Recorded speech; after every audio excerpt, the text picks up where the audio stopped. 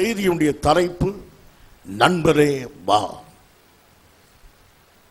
பிதாவாகிய தேவனாலும் கர்த்தராகிய இயேசு கிறிஸ்துவினாலும் கிருபையும் சமாதானமும் உண்டாவதாக.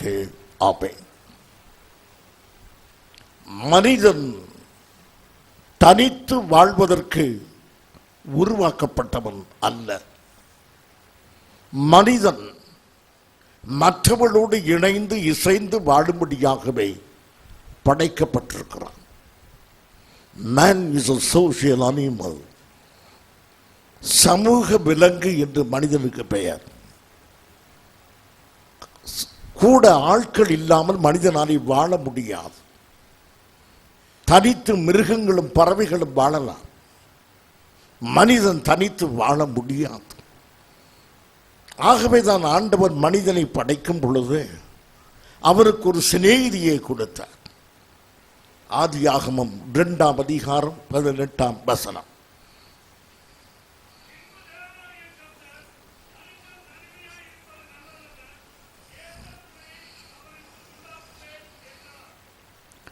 ஏற்ற துணை மனைவி என்று அவளை அழைத்தாலும் உண்மையாகவே சிநேகிதியாக இருக்கிறாள். ஒரு மனிதனுக்கு நல்ல சிநேகிதி அவனுடைய மனைவி. இந்த துணை இல்லாமல் மனிதன் தனித்து வாழக்கூடாது என்பது தேவனுடைய எண்ணம். படைப்பிலேயே கடவுளுடைய எண்ணம் மனிதனை தனியாக விட்டுவிடக்கூடாது என்று. மனிதனுக்கு நாளடைவில் பல உறவுகள் உண்டாகின்றன. அப்பா, அம்மா, அக்காள், தங்கை, அண்ணன், தம்பி, இப்படி எத்தனையோ உறவுகள் வருகின்றன. இந்த உறவுக்குள்ளே தான் மனிதன் வாழ்கிறான், வளர்கிறான். இந்த உறவு இல்லாவிட்டால் மனிதனுடைய வளர்ச்சி பாதிக்கப்படுகிறது, அவனுடைய மனநிலை பாதிக்கப்படுகிறது, அவனுடைய உடல்நிலை பாதிக்கப்படுகிறது. உடல்நிலையும் மனநிலையும் பாதிக்கப்படாதிருக்கிறதற்கு இந்த உறவுகள் எல்லாம் தேவையாக இருக்கின்றன.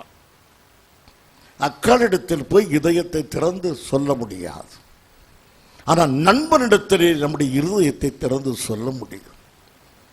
பொதுவாக நம்முடைய வாழ்க்கையினுடைய மேன்மையான காரியத்தை யாரிடத்திலும் பேசுவோம். வெற்றி, மேன்மை, வாழ்க்கையின் உயர்ந்த தரம், மகிழ்ச்சியான செய்திகள், இவற்றை யாருடன் பகிர்ந்து கொள்வோம். வருத்தம், சஞ்சலம், பாடுகள், ஏமாற்றம், இவைகளை எல்லாரிடத்திலும் பகிர்ந்து கொள்ள முடியாது. உடைந்த இதயத்தில் சிதறிய கருத்துக்களை கொடுப்பதற்கு ஒரே ஒரு இடம் நண்பன். சிநேகிதனிடத்தில் போய் தான் சொல்லுவோம், எனக்கு இப்படி நடந்துவிட்டது, என் வாழ்க்கையில் இப்படி ஒரு தோல்வி, என் வாழ்க்கையில் இப்படி ஒரு தவறை செய்துவிட்டேன். இதையெல்லாம் நண்பனிடத்தில் தான் சொல்ல முடியுமே தவிர சமுதாயத்துக்கு அறிவிக்க முடியாது. என்னை கேட்கும் என் அருமையான சகோதரர்களே, இந்த ஆராதனையிலே இந்த மிகப்பெரிய உறவாகிய இந்த நட்பு என்பதை குறித்து உங்களுக்கு நான் சொல்ல விரும்புகிறேன். வேதம் சொல்கிறது, நீதிமொழிகள் 18ஆம் அதிகாரம் 24ஆம் வசனத்தின் பிற்பகுதி,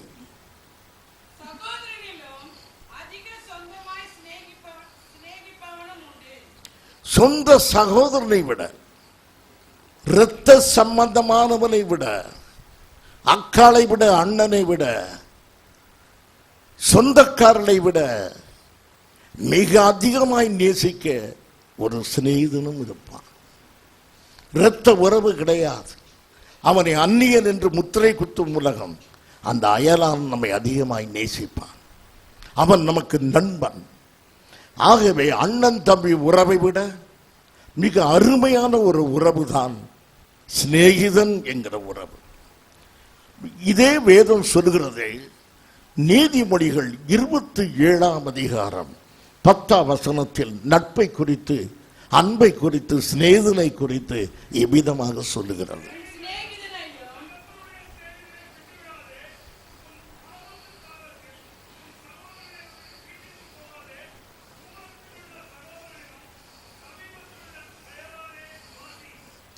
உனக்கு ஆபத்து வந்தவுடனே அண்ணன் தம்பியை தேடி ஓடாதே, அக்கள் தங்கியை நோக்கி ஓடாதே, இள ஜனங்களை நோக்கி ஓடாதே. அது உனக்கு அவமானமாக கூட சில சமயத்தில் முடிந்துவிடும். நண்பனை நோக்கி ஓடு. நண்பன் உன்னை அவமானப்படுத்த மாட்டான். நண்பன் உன்னை குற்றமாக எண்ண மாட்டான். அண்ணனிடத்தில் போய் நான் இவ்வளவு கடன் வாங்கினேன், என்னாலே செலுத்த முடியவில்லை என்று சொல்லும்போது சீறி எழுவாவதை யார் கடன் வாங்க சொன்னியது, ஏன் இத்தனை கேவலமாக வாழ்கிறாய் என்று எரிச்சலும் கோபமும் கொப்பளிக்கும். அங்கு உனக்கு ஒரு வரவேற்பு இல்லை. நண்பனிடத்தில் போவாயானால் ஏன் கடன் பெற்றாய், ஏன் இத்தனை பெரிய பிரச்சனையை இழுத்துக் கொண்டாய், அவன் அன்போடு கேட்டு விசாரித்து நமக்கு ஒரு விடுதலையை தருவன் நண்பன். இந்த நண்பரைத்தான் நாம் தேடி கண்டுபிடிக்க வேண்டும். இந்த நண்பன் கிடைப்பது என்பது பெரிய காரியம். கடவுள் நமக்கு தந்த பரிசுகளில் மிக உன்னதமான பரிசு சிநேகிதம், சிநேகிதி. ஆம் பிரியமானவர்களே, உலகத்தில் எல்லாரும் சிநேகிதர்கள் அல்ல. சிநேகிதன் என்பவன் நம்முடைய அனுபவத்தில் 1-2 தான் இருக்கும். 1000 பேரோடு பழகுவோம், 1000 பேரும் சிநேகிதர்கள் அல்ல. வீட்டுக்கு வந்து போவோர் எல்லாரும் நம்முடைய நண்பர்கள் அல்ல. கைகுலிக்கு மகிழ்கிற எல்லாரும் நமக்கு சிநேகிதர்கள் அல்ல. நம்மோடு உண்டு உறங்கி இருக்க அத்தனை பேரும் சிநேகிதர்கள் அல்ல. எனக்காக தன் ஜீவனையே கொடுக்க ஆயத்தமாய் இருக்கிறவனே எனக்கு சிநேகிதன். என் தரிசனத்தில் பங்கு பெறுகிறவனே எனக்கு சிநேகிதன். என் வாழ்வின் திட்டங்களுக்கு உதவி செய்கிறவனே பெறுவன். என்னுடைய தோல்வியில் என்னோடு கூட நிற்கிறவன், என் தடுமாற்றத்தில் என்னை தாங்கி பிடிக்கிறவன் சிநேகிதன். அப்படிப்பட்ட நல்ல சிநேகிதனைத்தான் இதயங்கள் தேடுகின்றன. அவர்களுக்கு பெயர் ஆத்ம நண்பன், the soul's friend, ஆத்மாவின் நண்பன் என்று. பிரியமானவர்களே, நள்ளிரவு நேரம்,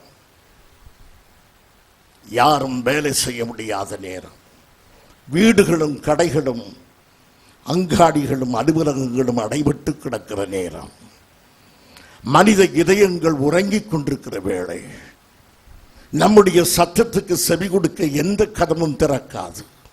ஆனால் நள்ளிரவு நேரத்திலும் நமக்காக திறக்கிற ஒரு கதவு நம்முடைய நண்பனின் கதவு திறக்கும். அந்த நண்பரைத்தான் உங்களுக்கு சொல்ல விரும்புகிறேன். வேதம் சுட்டி காட்டுகிறது அந்த நண்பரை.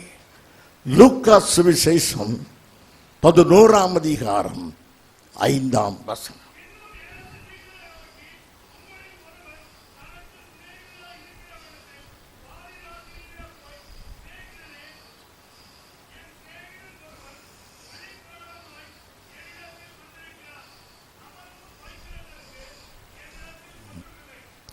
நடு இரவிலே ஒரு மனிதன் நடந்து வந்து கொண்டிருக்கிறார். நடு இரவு என்பது செயல்பட முடியாத ஒரு நேரம், இக்கட்டான நேரம், நெருக்கடியின் நேரம், சங்கடத்தின் நேரம். அந்த நேரத்தில் யாரும் அவனுக்கு உதவி செய்ய மாட்டார். நீண்ட தூரம் போகிறான். அவனுடைய வீடு எங்கேயோ இருக்கிறார். ராக்காலத்தில் தட்டு தடுமாறி வருகிறார். பசியோ அவனை வாட்டி எடுக்கிறார். செல்ல வேண்டிய தூரமோ வெகு தூரம். வாசலில் நின்று அம்மா பசிக்கிறது என்று கேட்டால் வேறு முத்திரை குத்தி விடுவார்கள். அப்படி கேட்கவே முடியாது. எங்கு போவது? இப்படி அலைவாயிர நேரம். அப்போதுதான் அவன் உள்ளம் சொல்லுகிறது, இந்த வீட்டுக்கு போ. அந்த வீடு யார் வீடு? அவனுடைய சிநேகிதனுடைய வீடு. அந்த வீட்டுக்கு போக தூண்டியது எது? அந்த வீட்டின் உணவு அல்ல, அந்த வீட்டின் வசதி அல்ல, அந்த வீடு பக்கத்தில் இருப்பதனால் அல்ல, அந்த இதயம் எனக்காக திறந்திருப்பதனாலே, அந்த கரங்கள் எனக்கு சமீபத்தில் இருக்கிறதுனாலே அந்த வீட்டுக்குள் பிரவேசிக்கிறோம். ஆம் பிரியமானவர்களே, இந்த சிநேகிதன் யார் என்றால், யோவான் சுவிசேஷம் 15ஆம் அதிகாரம் 15ஆம் வசனம்.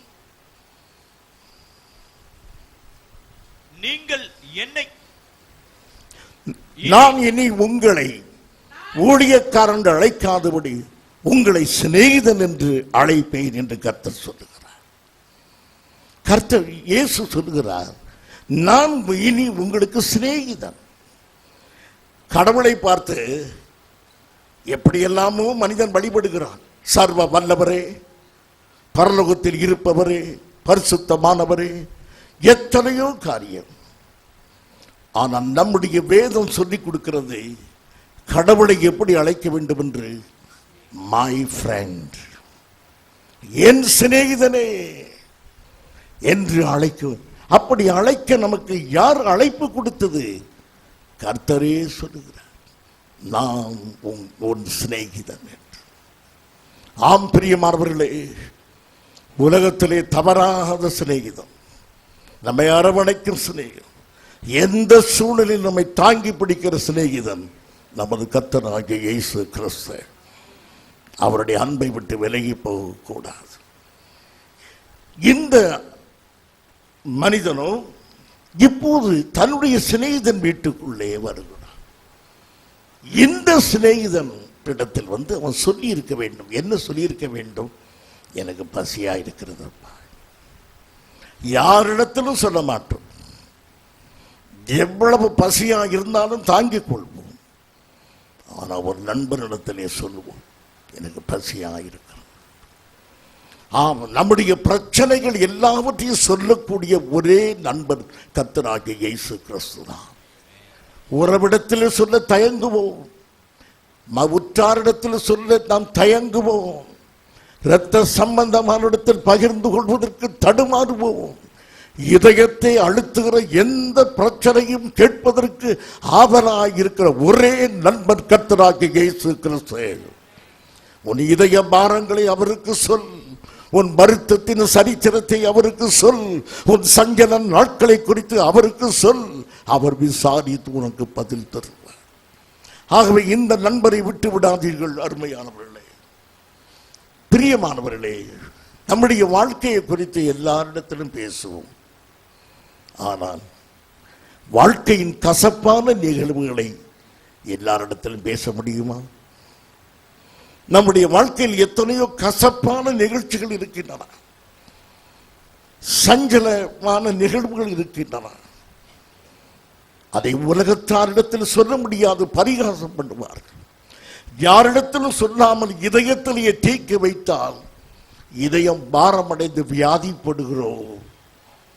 ஒருவிடத்திலும் பகிர்ந்து கொள்ள முடியாத ஒரு தேக்கமாக இதயம் இருக்குமானால் மன அழுத்தத்திலே மனிதன் மரித்து போகிறான். ஹைப்பர் டென்ஷன், இவ்விதமாக நோய்வாய்ப்பட்டிருக்கிறான். சர்க்கரை நோயினாலே விழுந்து விடுவான். மன அழுத்தம் அதிகமாக இருக்குமானால், பிரியமானவர்களே, பகிர்ந்து கொள்வதற்கு ஒரு நண்பன் வேண்டும். எதை பகிர்ந்து கொள்ள?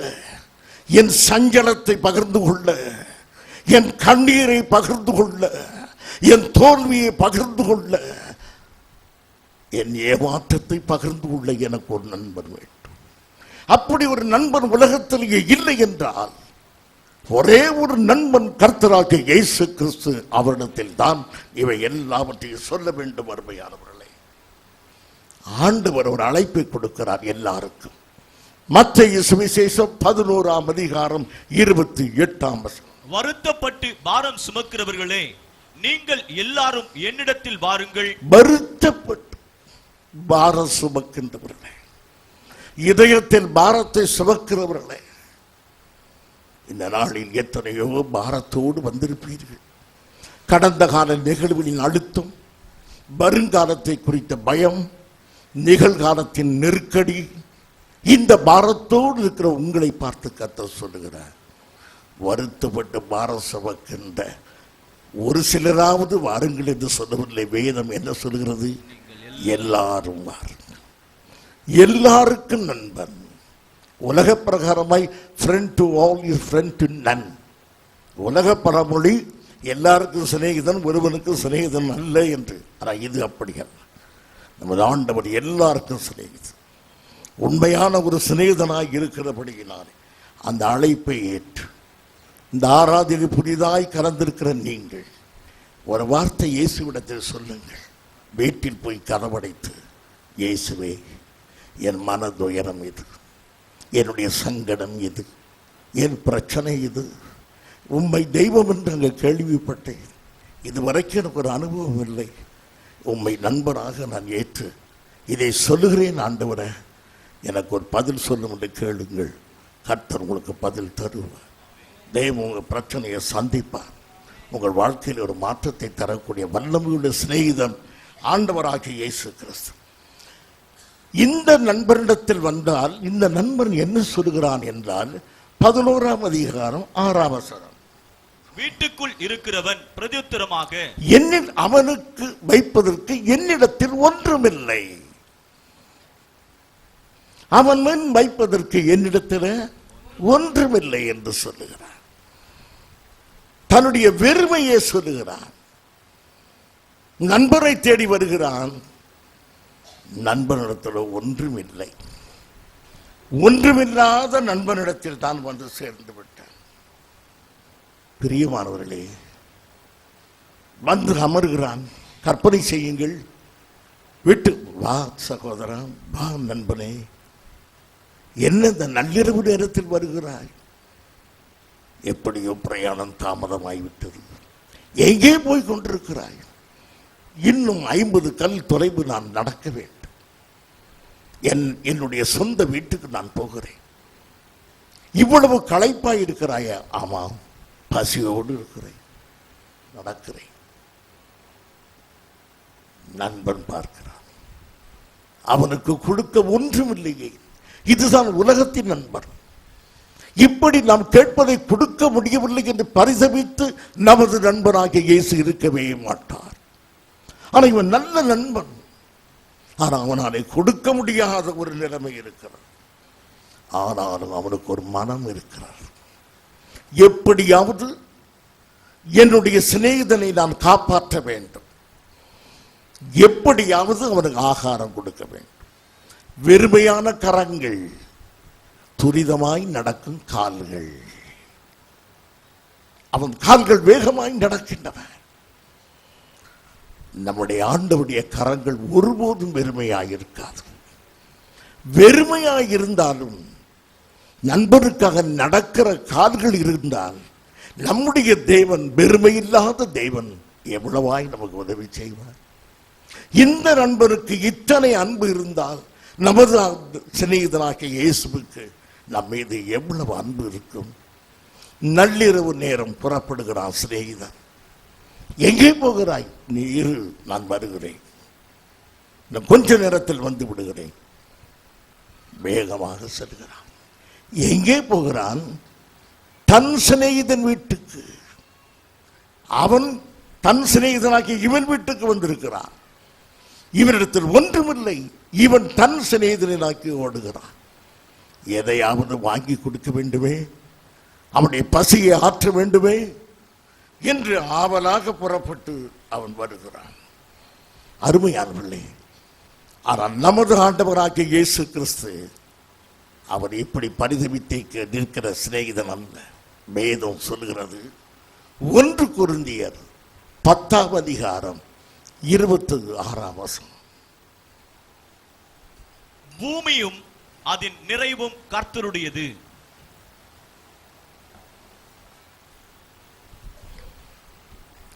இந்த பூமியும் இதில் உள்ள சகலமும் என் சிநேகிதனுக்கு சொந்தம். உலகத்தில் the richest person is Jesus Christ. இயேசுதான் எல்லாவற்றையும் கையில் வைத்திருக்கிறார். ஆகவே என் சிநேகிதனிடத்தில் நான் போகும்போது எந்த விதமான சந்தேகம் வேண்டாம். அவரிடத்தில் உண்டா, அவராலே கொடுக்க முடியுமா என்றல்ல. பூமியும் அதன் நிறைவும் கர்த்தருடையது. விசுவாசிக்கிறீர்களா? எனக்கு எது தேவையோ அது என் கர்த்தரிடத்தில் இருக்கிறார். அதை எனக்கு அவர் தருவார். ஒரு உன்னதமான சிநேகிதன் ஆண்டவராகிய இயேசு கிறிஸ்து. இந்த சிநேகிதன் நல்லவன் தான், ஆனால் ஏறாதவன். ஒன்றும் இல்லாதவன் அவன். ஆனால் நம்முடைய சிநேகிதனாகிய இயேசு கிறிஸ்து ஒன்றும் இல்லாதவர் அல்ல, எல்லாவற்றையும் தன் கரத்தில் வைத்திருக்கிறவன். யோவான் சுவிசேஷம் 14ஆம் அதிகாரம் 14ஆம் வசனம் இப்படி சொல்லுகிறது. யோவான் 14:14.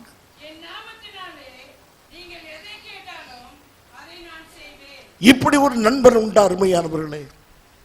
நீங்கள் என் நாமத்தில் எதை கேட்டாலும் அதை நான் தருவேன். இது உண்மையாகவே நம்முடைய சிநேகிதம் நமக்கு எழுதி கொடுத்த ஓப்பன் செக். நீ என்ன வேண்டுமானாலும் எழுதி அதை எடுத்துக்கொள் என்று சொல்லுகிறவர். ஆம், இந்த நாளில் சமாதானம் இல்லாமல் இருக்கிறீர்களோ? வெற்றி இல்லாமல் இருக்கிறீர்களா? பொருள் இல்லாமல் இருக்கிறீர்களோ? பணம் இல்லாமல் இருக்கிறீர்களா? ஞானம் இல்லாமல் இருக்கிறீர்களோ? நம்முடைய சிநேகிதனாகிய இயேசுவிடத்தில் கேளுங்கள், அதை உங்களுக்கு தருவார். எதை கேட்டாலும் தருவேன் என்று சொல்லி இருக்கிறார். ஆனால் யாருக்கு எல்லாருக்கும் கொடுக்க முடியாது. அவருக்கு சிநேகிதர்களாக இருக்க வேண்டும், அந்த நல்ல உறவை வைத்துக் கொள்ள வேண்டும். அவருக்கு சிநேகிதனாவதற்கு ஒரே உறவு அவருடைய இரத்தத்தினாலே கழுவப்படுவதுதான். அந்த உறவுக்குள்ளே வா, இயேசுவின் சிநேகிதனாகிறது. அவருடைய பரிசுத்த இரத்தத்தினாலே கழுவப்பட்டு அவருடைய பிள்ளைகளாயிரு. அப்போது ஆண்டவரை தேடி வரும்பொழுது உன்னை சிநேகிதனாக அவர் ஏற்றுக்கொள்கிறார். நீ எதை கேட்டாலும் அதை தருவி என்று சொல்லுகிறார். இந்த வார்த்தையை தான் நம்புகிறது இல்லை மனிதன். எதை கேட்டாலும் தருவேன் என்று ஏன் பெற்றுக்கொள்ளவில்லை? எத்தனையோ கேட்கிறீர்கள், பெற்றுக்கொள்ளவில்லை. சிநேகிதனிடத்தில் போய், என் சிநேகிதரே, என் இயேசுவே, எனக்கு பணம் வேண்டும். என் சிநேகிதரே, எனக்கு ஞானம் வேண்டும். என் சிநேகிதனே, எனக்கு சமாதானம் வேண்டும். கிடைத்ததா? இல்லை. கேட்பவர்கள் எல்லாம் பெற்றிருக்கிறார்களா? இல்லை. அப்படியானால் இந்த சிநேகத்துக்கு என்ன அர்த்தம்? எதை கேட்டாலும் தருவேன் என்று சொல்வதற்கு என்ன அர்த்தம்? ஆண்டவரே சொல்லுகிறார், நீங்கள் என்னிடத்தில் எதை கேட்பீர்களோ அதை பெற்றுக்கொண்டோம் என்று நம்புங்கள். நீங்கள் அதை பெற்றுக்கொண்டோம் என்று விசுவாசியுங்கள். அப்பொழுது அவைகள் உங்களுக்கு உண்டாயிருக்கும். இந்த வார்த்தையை அப்படியே நம்புங்கள். சிநேகிதரிடத்தில் கேட்ட பிறகு, thank you my friend, you have granted my play, you have answered my play. ஆகவே இந்த விசுவாசம் உங்களுக்கு வேண்டும்.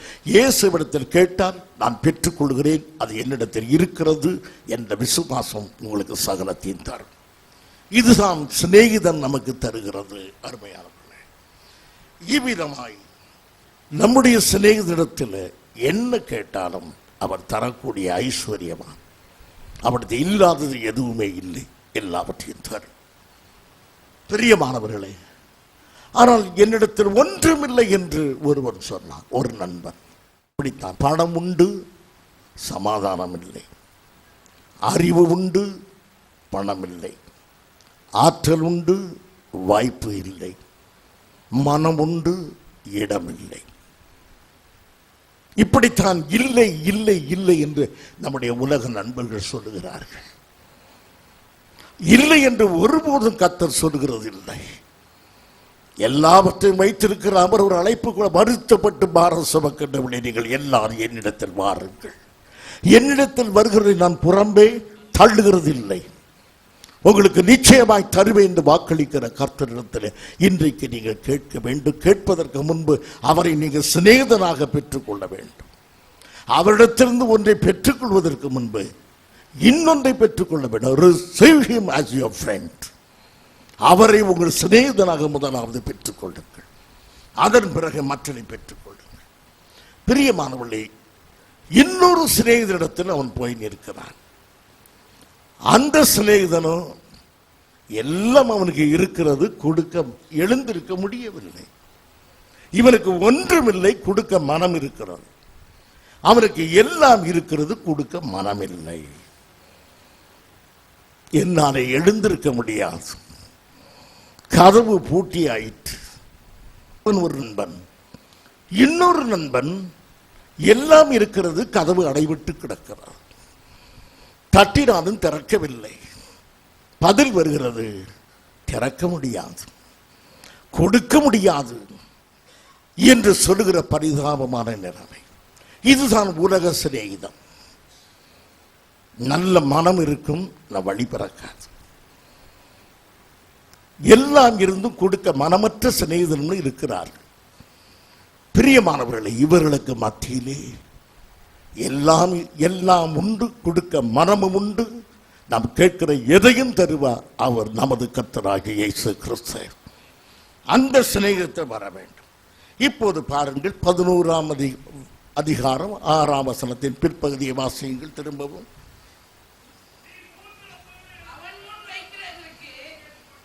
அவன் முன் வைக்கிறதற்கு பரிதாபமான நிலைமை.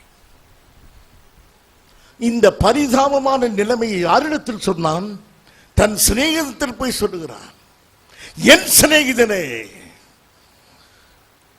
என் நண்பரை உபசரிக்க என் கைகள் பலவீனமாயிருக்கின்றன. என்னிடத்தில் பணம் இல்லை, பொருள் இல்லை. தன் இல்லாமை தன் நண்பனிடத்தில் சொல்லுகிறான். பிரியமானவர்களே, உங்கள் இருதயத்தை இயேசு கிறிஸ்துவுக்கு முழுமையாக திறந்தீர்களா? ஆண்டவரே, நீ விரும்புகிற பரிசுத்தம் எனக்கு இல்லை, நீர் விரும்புகிற விசுவாசம் என்னில் இன்னும் வளரவில்லை. ஒத்துக்கொள்கிறீர்களா? இவன் இல்லாததை ஒத்துக்கொள்கிறான், எனக்கு இல்லை என்பதை சொல்லுகிறான். நீங்கள் உங்கள் ஜெபத்திலே உங்களிடத்தில் பரிசுத்தம் இல்லை, விசுவாசம் இல்லை, கர்த்தருக்காக ஊழியம் செய்ய வாஞ்சை இல்லை, இதையெல்லாம் ஒத்துக்கொள்வீர்களா? என் ஆண்டவரே, என்ன எனக்கு பலன் இல்லை, உம்முடைய வார்த்தையின்படி நடக்க எனக்கு பலன் இல்லை. நீங்கள் இல்லை என்பதை தேவனிடத்தில் நீங்கள் சொல்லுகிறீர்களா? அன்று அவருடைய சீஷரை பார்த்து கேட்கிறார். யோவான் சுவிசேஷம் 21ஆம் அதிகாரம் 5ஆம் வசனம்.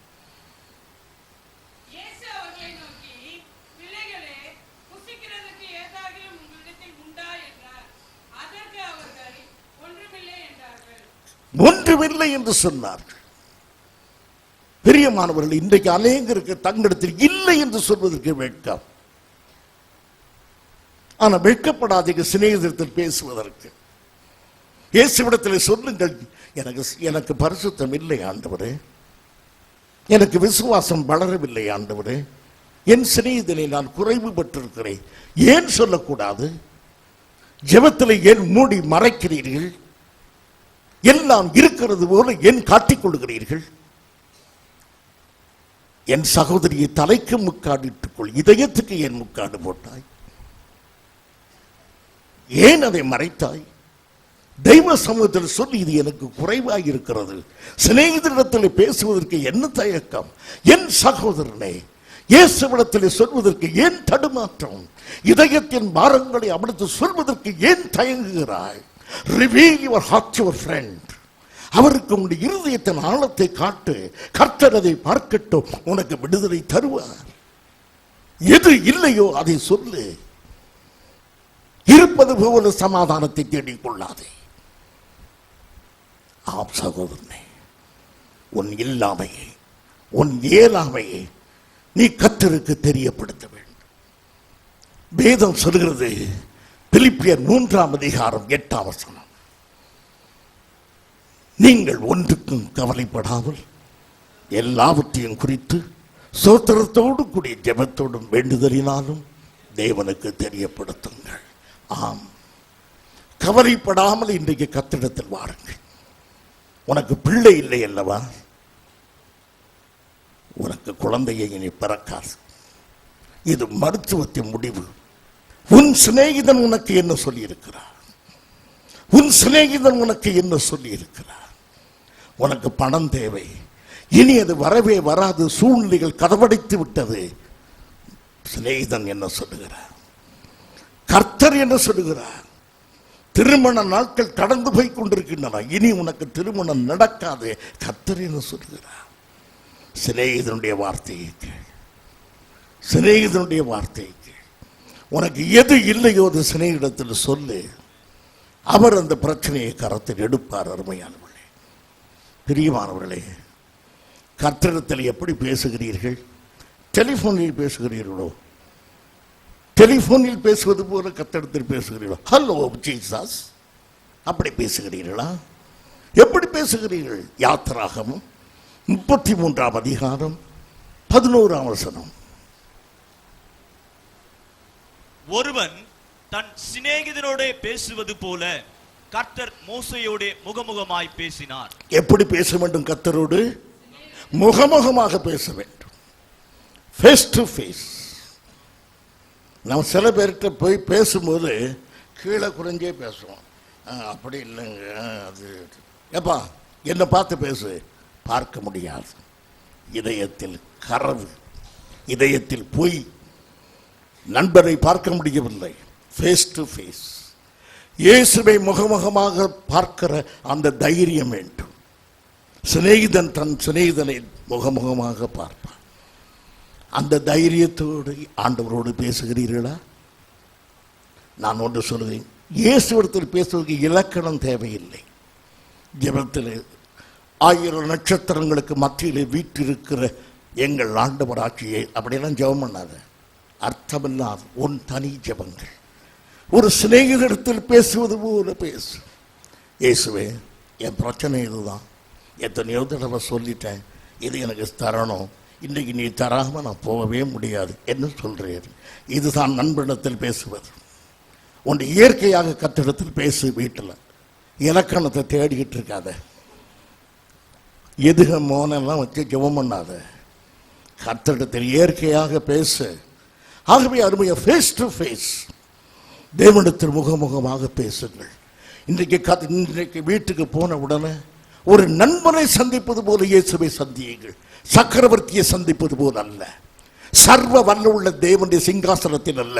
ஐ want to meet my friend.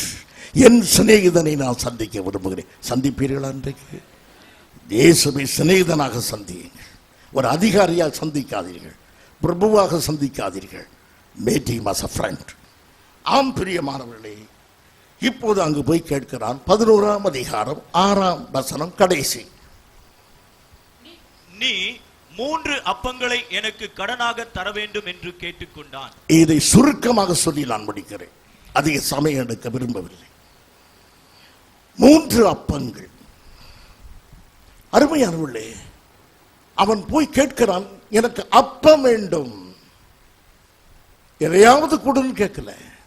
பிள்ளைகள் சொல்லும் வீட்டில் அம்மாட்ட, ஏமா பசியாக இருக்குது, என்ன வேணும், எதையாவது கொடு, நான் தான் இருக்கிறேன். பிரியமானவர்களே, அர்த்தத்தோடு உபவாசம் பண்ணு. எதற்காக உபவாசம் பண்ணுகிற? 40 நாள் உபவாசம் எதுக்கு? கணக்கு பரீட்சையில் பாஸ் ஆக. குறிவீசுவதுக்கு பீரங்கி எடுக்காத, அது சாதாரண காரியம், சாதாரண விஷயங்களுக்காக. ஆகவே கருத்தோடு ஜெபம் பண்ணு, குறிப்பாக ஜெபம் பண்ணு, தேவனுக்கு தெரியப்படுது. அருமையானவர்களை, இப்போது பாருங்கள், ஆண்டவர் கேட்கிறார். பர்தேமியை பார்த்து ஆண்டவர் கேட்கிறார். பர்தேமி உட்கார்ந்து பிச்சை எடுக்கிறார். ஆண்டவர் அவரை பார்த்து கேட்கிறார், பர்தேமியே, உனக்கு நான் என்ன செய்ய வேண்டும்? ஆண்டவரே, எனக்கு சாப்பாடு கொடு, பணம் கொடு என்று கேட்கலாம். ஆனால் ஆண்டவர் கேட்ட உடனே அவன் என்ன சொல்கிறான்? நான் பார்வையடைய வேண்டும். குறிப்பாக சொல்லுங்கள் சிநேகிதரிடத்தில் இன்றைக்கு என்ன வேண்டும். ஆகவே நீங்கள் அதை சொல்ல வேண்டும். அருமையானவர்களே, இப்பொழுது நான் ஆவிக்கேற்றபடி உங்களிடத்தில் பேசி நான் முடிக்க விரும்புகிறேன்.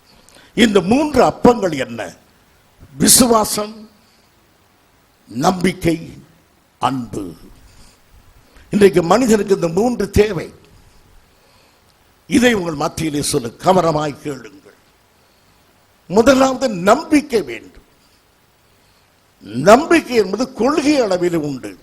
கர்த்தர் உதவி செய்வார், கர்த்தர் அன்பானவர், கர்த்தர் சர்வ வல்லமை உள்ளவர், கடவுள் எனக்கு உதவி செய்வார், இதெல்லாம் நம்பிக்கைகள். ஆனால் அனுபவ ரீதியாக அந்த நம்பிக்கை உண்டா? இன்றைக்கு இந்த பிரச்சனையிலே என் கர்த்தர் உதவி செய்வார் என்பதை நீங்கள் நம்புகிறீர்களா? ஒரு மனிதன் நயகரா நீர்வீழ்ச்சியிலே ஒரு கம்பியை கட்டி இந்த கரையிலிருந்து அந்த கரைக்கு அவன் நடந்து சென்றான்.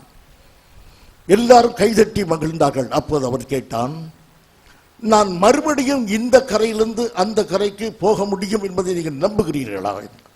எல்லாரும் கை உயர்த்தி நம்புகிறோம் என்று சொன்னார்கள். அப்போது அவன் சொன்னான், அப்படி நம்பிக்கை இருந்தால் உங்களை ஒருவர் என் தோள் மீது ஏறி உட்காருங்கள், நான் நடந்து போகிறேன். ஒருவனும் போகவில்லை. கொள்கை அளவிலே நம்பிக்கை உண்டு, அனுபவ ரீதியாக நம்பிக்கை இல்லை. பிரியமானவர்களே, இயேசு செங்கடலை பிளந்தார், எரிகோவை தகர்த்தார், எல்லாம் நம்புவோம். என் வாழ்க்கையிலே கர்த்தர் செய்வாரா? அங்கேதான் பிரச்சனை. ஆம் பிரியமானவர்களே, இதுதான் நம்பிக்கை என்பது. இந்த நம்பிக்கையின் அப்பம் கர்த்தர் தரவேன் அனுபவ ரீதியா. முதலாவது, நண்பன் மௌனமாகவே இருப்பார். நண்பனிடத்துமே சொல்லுவோம் எனக்கு இது வேண்டும் என்று. நண்பன் மௌனமாக இருப்பார். ஆனால் நாம் சந்தோஷமாய் போய், ஏன் தெரியுமா? we believe in his character. அவருடைய சுவாபத்திலே நம்பிக்கை வைக்கிறோம். இவர் நல்லவர், நிச்சயமாய் தருவார் என்று. அதுதான் நம்பிக்கை. என் சிநேகிதன் என்பதுதான் என் நம்பிக்கை. அவர் அந்நியர் அல்ல, மை ஃப்ரெண்ட். அவர் எனக்கு நிச்சயமாய் தருவார். ஆகவே அந்த ஃபெலோஷிப்பை, அந்த நெருக்கத்தை எண்ணி பாருங்கள். அந்த நெருக்கம் தான் உங்க நம்பிக்கை. அவ்விதமாக நெருக்கமாய் சிநேகத்தை வைத்துக் கொண்டால் நம்புவோம். அடுத்தபடியாக விசுவாசம்.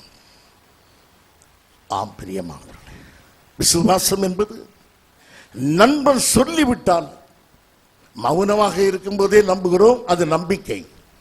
நண்பன் சொல்லுகிறான், நான் தருவேன், நீ போ, மிகுந்த சந்தோஷம். கொடுத்தானா? கொடுப்பேன் என்று சொன்னான். கொடுக்கவில்லை, சொன்னாலே போதும், அவர் நிச்சயமாய் செய்வார். இதுதான் விசுவாசம். கர்த்தர் எனக்கு சொல்லி இருக்கிறார், நான் அதை நம்புகிறேன். விசுவாசம். பிரியமானவர்களே, உங்களுக்கு சிநேகிதன் என்ற சுவாபத்தின் நம்பிக்கை வேண்டும். அவர் சொன்ன வார்த்தையை நிறைவேற்றுவார் என்று விசுவாசம் வேண்டும். இந்த ரெண்டு அப்பங்களையும் சிநேகிதனாகிய இயேசு உங்களுக்கு தருவாராக. மூன்றாவது அப்பம் அன்பு. பிரியமானவர்களே, உலகத்தின் மிக முக்கியமானது அன்பு. இந்த உலகத்தில் என்ன கிடைத்தாலும் மனிதனுக்கு கிடைக்காத ஒன்று அன்பு. நம்மை யார் சிநேகிப்பார் என்றே இருக்கிறோம். எத்தனையோ வயதானவர்கள், நான் பெற்ற பிள்ளை தன்னை கவனிக்கவில்லையே, தன் பெற்ற மகள் என்னை கண்டும் காணாமல் போகிறாளே என்று கண்கலங்கி நிற்கிற தாய் தகப்பன்மார் இந்த நாட்டில் நிறைய. அன்பு இல்லை. என் கண்ணே என்று கையில் எடுத்து கொஞ்சி மகிழ்ந்த தாய் தான் வயது சென்று தளர்ந்து போன நேரத்தில் தன் மகனாலே புறக்கணிக்கப்படுவதை போல உலகத்தின் மிகப்பெரிய கொடுமை எதுவும் இல்லை. அப்படிப்பட்ட கொடுமை நிறைந்த உலகத்தில் அன்பு என்கிற அப்பத்திற்காக மனிதன் இயங்குகிறான். அந்த அன்பு எது? யோவான் சுவிசேஷம் 3ஆம் அதிகாரம் 16ஆம் வசனம்.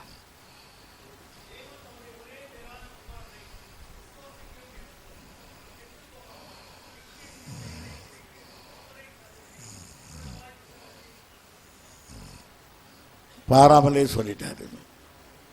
எனக்கு இது எல்லாருக்கும் தெரியும் இந்த வசனம். ஆனால் இந்த வசனத்தின் அன்பு எல்லாருக்கும் தெரியுமா? எவ்வளவாய் அன்பு கூர்ந்தாராம்? இவ்வளவாய், சொல்ல முடியாத அளவுக்கு அன்பு. இயேசு இந்த உலகத்தில் வந்தது மிகப்பெரிய அன்பு. யோசித்து பாருங்கள், தெய்வம் மனிதனாக வருவது எவ்வளவு பெரிய அன்பு. என்னுடைய மகன் சிறு பிள்ளையாக இருக்கும் பொழுது ஒரு பெரிய பாக்ஸை தூக்கி கொண்டு நடப்பான். அவனுடைய பள்ளிக்கூடத்துக்கு போகும்போது ஒரு பாக்ஸ் அவன் புத்தகம் வைத்து நடப்பான். நான் ஹைஸ்கூலுக்கு போகும்போது அவனோட கொஞ்சம் தூரம் செல்வேன். அவன் என் கூட வருவான். அந்த பெட்டியை தூக்க முடியாமல் தூக்குவான்.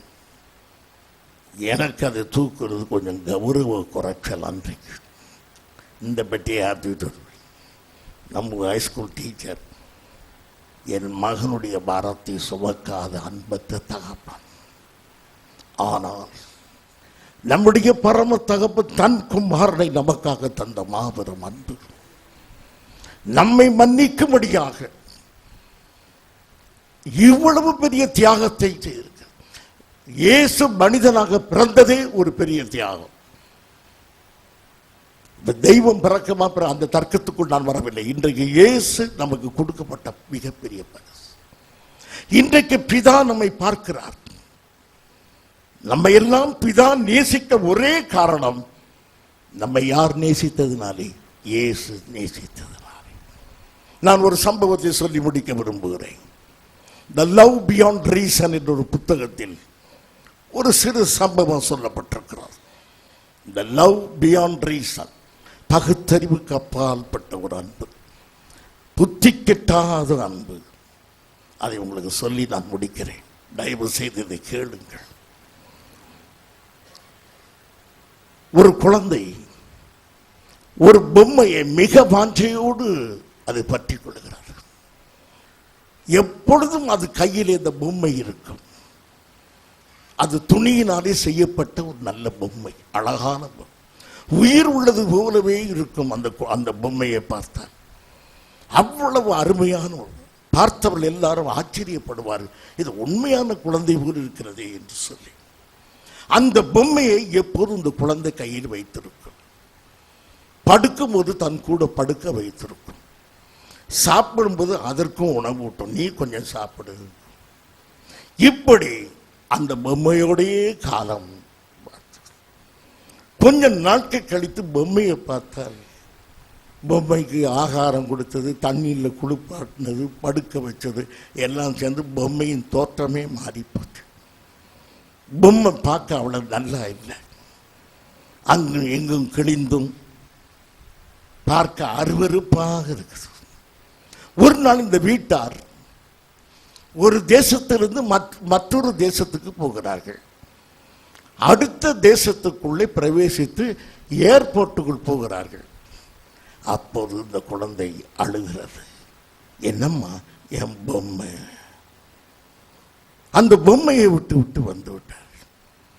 பொம்மை எங்க இருக்குது என்றால், அடுத்த தேசத்தில் ஒரு ஹோட்டல்ல இவங்க தங்கி இருக்கும் போது விட்டுட்டு வந்துட்டாங்க. உடனே காரை திருப்பி கொண்டு அந்த சொந்தக்காரன் நேரே அங்கே போய் அந்த ஹோட்டலில் போய் இந்த குழந்தை பொம்மை வைத்த இடத்தை பார்த்தால் அங்கே பொம்மை இல்லை. ரிசப்ஷனில் கேட்டால் தெரியாது, அங்கே கேடுங்க இங்கே கேடுங்க. கடைசியில் அங்கே வேண்டாத பொருளெல்லாம் கழுவி கொட்டுகிற ஒரு இடம், அங்கே போய் பார்த்தா அந்த பொம்மை இருக்குது. அது தூக்கி எறியப்பட வேண்டிய அந்த நிலையில் இருக்குது. அதுக்கு அவ்வளோ மரியாதை தான். அந்த பொம்மையை தூக்கி கொண்டு இவர் திரும்ப காரில் வந்து ஏர்போர்ட்டுக்கு வருகிறார். அந்த பொம்மையை பார்த்தா, இந்த பொம்மைக்கு இத்தனை பாடா, இப்படி ஒரு நீண்ட தூரம் பிரயாணம் பண்ணி இதை கொண்டு வர வேண்டுமா? அந்த பொம்மையை அவர்களுக்கு அவ்வளவு மதிப்பு கொடுத்த காரணம், அந்த சிறு குழந்தை அந்த பொம்மையை நேசித்ததினாலே அதற்கு விலை அதிகம். அந்த குழந்தையுடைய உள்ளம் அந்த பொம்மையை அவ்வளவு வாஞ்சித்ததினாலே அவர்கள் அதுக்கு மதிப்பு கொடுத்தார். நமது ஆண்டவனாகிய இயேசு கிறிஸ்து ஒரு குறைந்து அசுத்தமாயிருந்த பொம்மையை போல இருக்கிற நமக்காக தன் ஜீவனை கொடுத்த அந்த அன்பின் நிமித்தமாக பிதா நம்மை நேசிக்கிறார். ஆகவே இந்த நாளில் இந்த மாபெரும் அன்பை மறந்து விடாது. ஒரு சிநேகிதனுடைய அன்பு, பிதா நமக்கு சிநேகிதன், இயேசு நமக்கு சிநேகிதன். இந்த சிநேகிதனை மறந்து விடாது. இவரே ஆத்ம நண்பர். இவரை தவிர நமக்கு உண்மையாய் நேசிக்க ஒருவரும் இல்லை. ஜெபம் பண்ணுவோம். என் அருமை சகோதரனே, உனக்கு ஒரு நண்பரை இன்றைக்கு அறிமுகப்படுத்தி இருக்கிறோம்.